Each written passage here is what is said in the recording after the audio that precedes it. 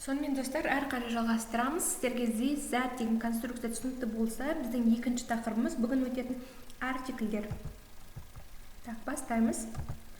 Ағылшын тілінде, қазақ тілінде артикль деген түсінік жоқ, иә? Бірақ ағылшын тілінде артикльдеріміз өте маңызды сөз табы болып табылады. Сондықтан біздер бүгін соны нақты, анық түсініп барлығын үйреніп шығады деп үміттенеміз.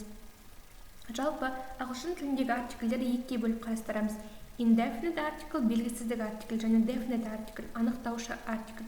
Не үшін белгісіздік, не үшін анықтаушы екендігін қазір түсіндіретін боламыз. Сонымен жалғастырайық. Бірінші белгісіздік артикль, indefinite article. Оның екі түрі бар. Бірінші a және n. Енді осы екеуінің қандай айырмашылығы бар, соған тоқталайық. Біз a артиклін егер сөз дауыссыз дыбыстан басталса, біз a артиклін қолданамыз. Мысалға, pen деген сөзде бірінші әріп бізде p, да? P әріпі бізде дауыссыз, сондықтан біз a pen деп атаймыз. Немесе book. Бірінші b әріпі бізде дауыссыз, сондықтан a book деп атаймыз. Түсінікті ме?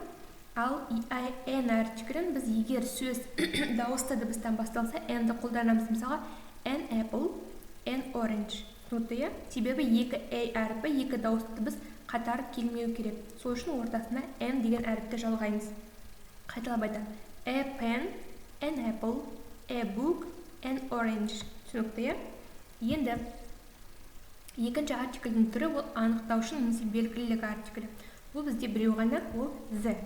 The book, the city, the house деп қолдана береміз. Яғни дауыссыздан басталса да, дауыстыдан басталса да, the-ні қолдана береміз. Жалғастырайық.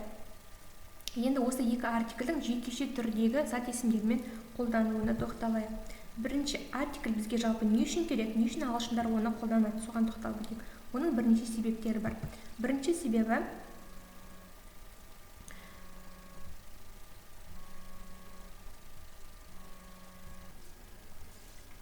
сонымен бірінші жағдай зат есім мен етістікті ажырату үшін. Ағылшын тілінде мысалы қараңыздар, бір сөз екі түрлі мағынаны білдіруі мүмкін. Мысалға, fly деген сөз. Барлықтарыңыз білесіздер, етістік ретінде ол ұшу деген мағынаны білдіреді. Сонымен қатар оның екінші мағынасы да бар. Fly дегеніміз сонымен қатар маса. Яғни сөйлемнің ішінде бұл зат есім ретінде келіп тұрма, немесе етістік ретінде келіп тұрғанын білу үшін, ажырату үшін біз зат есімнің алдына артикль қоямыз. Түсінікті ме? To fly болса ұшу деген мағынаны білдіреді. Ал a fly болса маса деген мағынаны білдіреді. Түсінікті? Жалғастырамыз. Қазір осындай бірнеше сөздердің мысалдарды қарап өтейік. Мысалға, to book, кітап, a book, to book дегеніміз бір нәрсені бұрын жасау, мысалы, қонақ үйде бұрын жасау деген секілді. A book, бұл кітап. Түсінікті? To work, жұмыс жасау, a work, жұмыс. To dream, армандау бір нәрсені, a dream, ол түс көру, түс немесе. To smile, күлу, a smile, күлкі. Яғни мына жақта зат есім ретінде қолданылып тұр, ал мына жақта етістік ретінде қолданылып тұр. Яғни зат есім етістікті ажырату үшін біз зат есімнің алдына артиклін қолданып тұрмыз. Түсінікті? Жалғастырамыз. Екінші жағдай, қосымша ақпарат беру үшін. Мысалға, мынандай жағдайды көз алдыңызға елестетіп қараңыздар.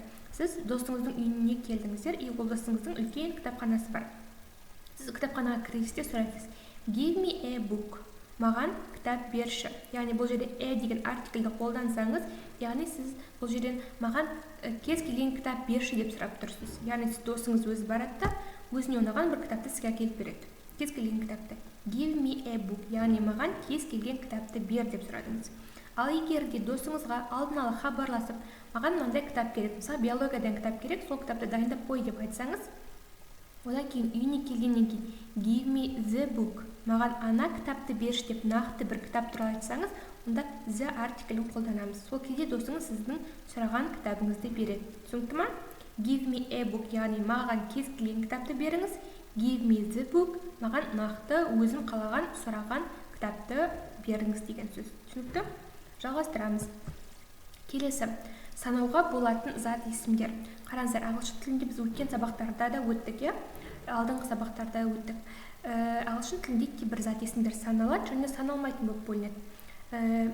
Бірінші, анықтаушы артиклді біз көбіне саналатын зат есімдермен қолданамыз. Мысалға, there is an apple on the table. Үстелдің үстінде алма тұр. Яғни бір алма тұр деген сөз. Нақты қандай алма екенін білмеймін, бірақ бір алма тұр. Ал егер зат есім санауға келмейтін болса, мысалға су немесе қандай бар тұз, солт, немесе butter, май деген зат есімдермен біз артикль қолданбаймыз. Мысалға, I drink water every day. Мен суды күнде ішемін. Бұл жерге біз I drink a water деп айтпаймыз. Түсінікті? Саналмайтын зат есімдермен біз артикль қолданбаймыз. Жалғастырамыз. Келесі, артикльді біз жекеше түрдегі зат есімдермен қолданамыз. Мысалға, give me a pen. Бұл жерде маған ручка бер деп сұрап тұрмыз. Сіз нақты қай ручка екенін білмейсіз, бірақ сол көп ручканың ішінен біреуін кез келген бір қаламды берші деп сұрап тұрсыз. Түсінікті ме? Келесі, зат туралы бірінші рет айтқан кезде біз белгісіздік артиклін қолданамыз. This is a cat. Мынау мысық. Бір әйтеуір мысық, қандай мысық болса да.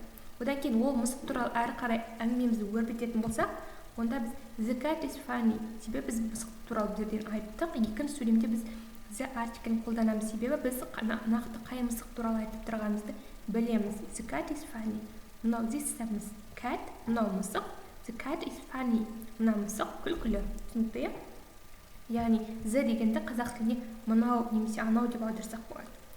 Келесі, сонымен қатар біз артиклді мамандық иесі туралы айтқан кезде қолданамыз. Мысалға, he is a doctor. Ол дәрігер. Яғни ол көп деген дәрігердің ішіндегі біреу әйтеуір, нақты, яғни көп мамандықтың ішіндегі жалғыз ғана дәрігер емес қой. Әлемде өте көп дәрігер бар. Соның ішіндегі біреу деп айту үшін he is a doctor деп қолданамыз. Ал егер бізге нақты бір өзіміз танитын дәрігер керек болса, былай деп айтамыз. Where is the doctor? Дәрігер қайда? Біз нақты қай дәрігерді сұрап тұрғанымызды біліп тұрмыз. Сондықтан біз the артиклін қолдандық. Where is the doctor? Дәрігер қайда? Мен сұрап тұрған дәрігер қайда деп айту. Түсінікті ме? Келесі. Енді қараңыздар. Қай жерде the-ні, қай жерде n-ні немесе n-ді қолдануды білу үшін сізге керемет мынандай бір кеңес бар. Қараңыздар. Егер зат есімнің алдына n-нің орнына any дегенді қоюға болатын болса, осымен тексеруге болатын болса, онда біз n-ні қолданамыз. Give me any book. Маған кез келген кітап бер. Немесе give me a book. Екеуінің мағынасы бір деген сөз. Түсінікті ме? Ал егер зат есімнің алдына that деген сөзді қолдануға болса, онда оның орнына the-ні да қолдануға болады. Give me that book. Маған ана кітапты бер, немесе give me the book. Маған ана кітапты бер. Яғни that-тің з-мен мағынасы бірдей, n-нің any-мен мағынасы бірдей. Түсінікті. Келесі, көпше түрдегі артикльдердің қолданылуы. Біз жаңа жекеше түрдегі зат есімдермен қолдануды қарастырдық. Көпше түрде анықтаушы артикль ол көпше түрде де жекеше түрде де қолданыла береді. The apple is red. Мына алма қызыл түсті. Немесе the apples are red. Мына алмалар қызыл түсті.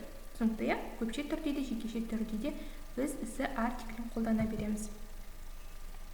Ал екінші мысалға қарай, белгісіздік артиклі. I bought an apple. Мен бір алма алдым. Қандай алма екенін білмеймін, әйтеуір бір алма алдым. I bought apples.